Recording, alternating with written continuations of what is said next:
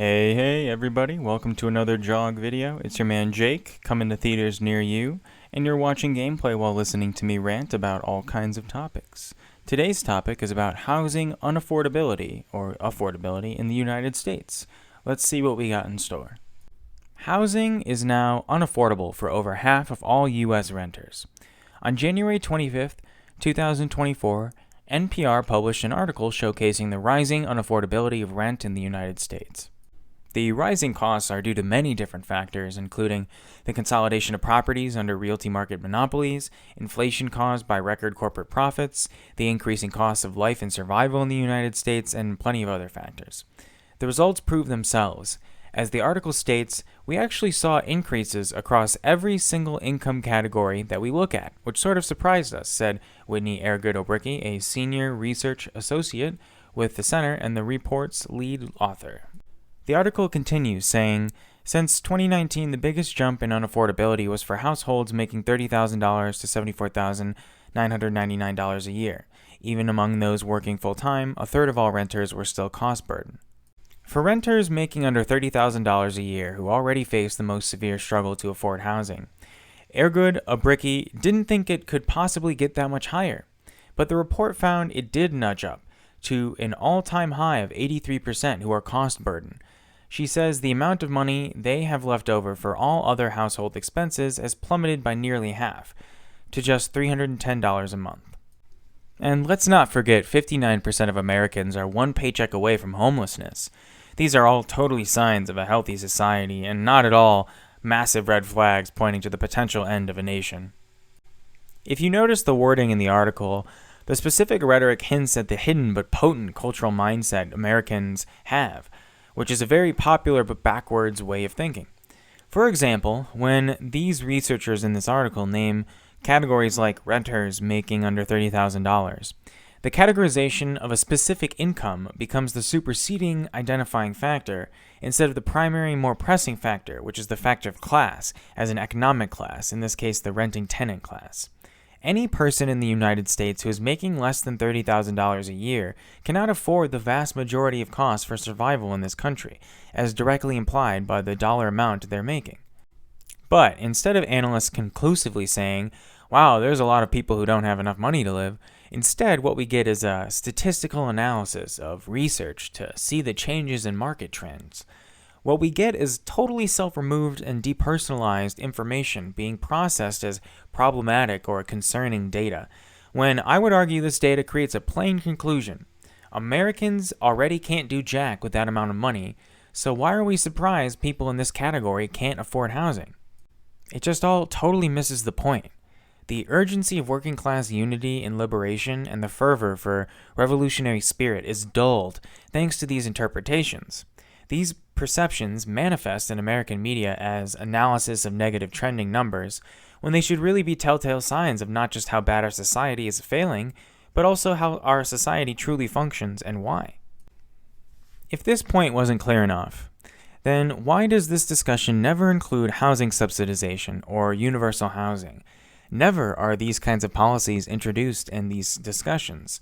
Yet providing housing to the masses is a very popular government policy, especially among modern left-wing run nations. Because the moment we start talking about housing for some people who need it, the discussion quickly reveals itself to really be about all people and the housing everyone deserves. And so, because the American ruling class and its domestic policy seek to profit from a market-made American housing, then there will always be a dominating presence of capital seeking to monetize yet another basic human need. Even when you look up who funds the NPR, you come across the result of the Corporation for Public Broadcasting being an allegedly publicly owned corporation. But one further Google search shows Lyndon Johnson as the founder of the organization. I don't know about you, but I'm not trusting a single thing any of these war criminals in the Oval Office have to say, but hey, you do you. The American government funding of NPR almost certainly serves their political interests. And so, with all of this here, we see yet another instance of not just the data confirming the deterioration of the U.S. empire, but also the American cultural and media mindset reacting to said data. American working people are unfortunately extremely brainwashed, and intentionally isolated by their government. This is all so that dollars keep stacking for the bourgeoisie. There's also even another NPR article which discusses the record 650,000 homeless people in America, discovered in 2022.